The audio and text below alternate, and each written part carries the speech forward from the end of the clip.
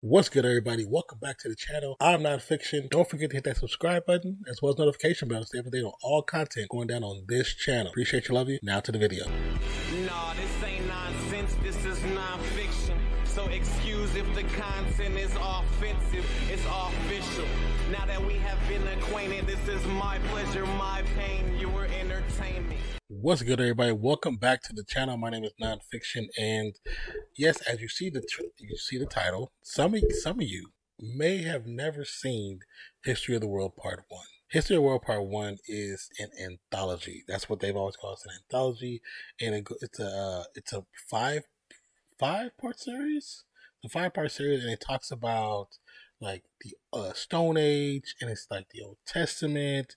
I want to say like the Roman era, and it's all comedic takes on what happened or what may have happened during those time periods, and it's put together by Mel Brooks. Mel Brooks is a genius director. He's a directorial genius. He's a great writer. The original History of the World Part 1 came out in 1981. It's a story that I watched multiple times with my father and my mother. It's something me and my father would sit and watch and laugh at so freaking much. There's a new trailer, History of the World Part 2, almost 40 years later. Let's just see what we have. You know what I'm saying? Let's see what we have. All right, here we go. Hi, I'm Mel Brooks, yeah. The guy who brought you the producers, Young Frankenstein, Spaceballs, and Blazing Saddles. Producers, and they're all good movies, but producers. Anticipated follow-up to my film. Oh, I forgot about this scene. This scene is crazy. This scene is crazy. Okay, well, just to give you some context.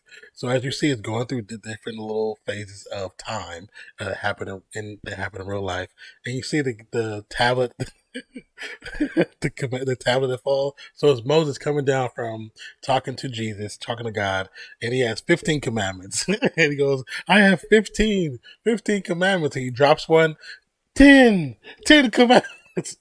It's the comedic timing and everything is just actually really funny, and you just gotta love it, man. History of the World Part 2. Very creative, very creative. I've got some marketing materials to show you. Let's just jump right into it. Where's Noah? Hey guys, I'm Jesus. Judas, General Grant. Mary Magdalene. Princess Anastasia. Sigmund Freud. Oh, interesting. Rasputin. Amelia Earhart. Marco! And the other guy says, Polo! Better in a pool. Hands up where I can see them. Good gravy is Harriet Tubman. Harriet Tubman, the inventor of the bathtub? How did these dumbasses enslave us? Some call me Jesus Christ, son of God. Some call him broken corny. Some call him broken corny. Oh, Anything else? Are we dropping the accent? Who's over the accent?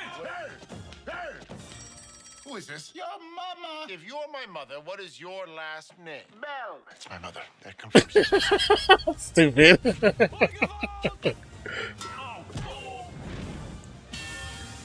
Oh, it's a lot of people. Wow. You want Jesus to be white. That's not what I'm saying. Don't you put words in my mouth. He said, "Don't you put words in my mouth." Part 2. If this was on Netfish, I would cancel my subscription. Okay, so I don't know if the world is ready for the History of the World Part 2. And it's 40 years later and we've already seen the first, but I just don't know if you guys are ready for this, because the state of the world of how people are kind of sensitive when it comes to jokes about race, about religion, jokes about sexuality. It's like, I don't know if people will be able to handle this. And I would assume it's just as touchy as the original. It's just as funny as the original. The first one is quite hilarious. But just the way it approaches topics, I don't know if people will be ready for this. I'm watching this. 100% watching this. I love the first one. There's not much that Mel Brooks has done that I haven't liked. You know what I'm saying? He has so many freaking great films. Like I said, History of the World Part 1 is one. High Anxiety. High Anxiety is like almost like a masterpiece. So freaking good. The original Spaceballs.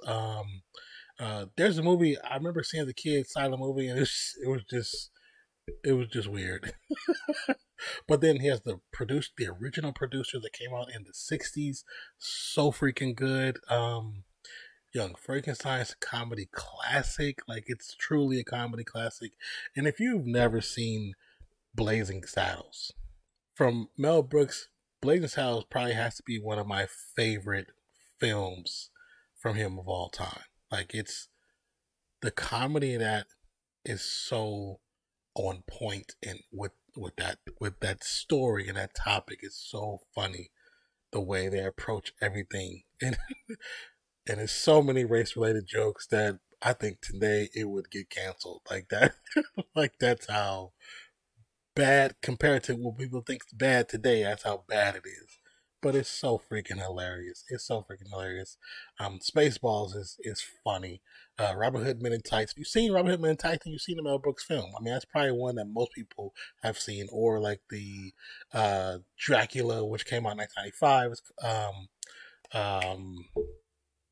It was like a spoof, just like the Young Frankenstein, but it was based off of Dracula, and it was featuring Leslie Nielsen. Funny, it's really funny. Not his most funny stuff, but funny. Then it's like one he did in the early 90s. It was called Life Stinks. That was actually a pretty funny one too. But if you've never seen any Mel Brooks films, try it.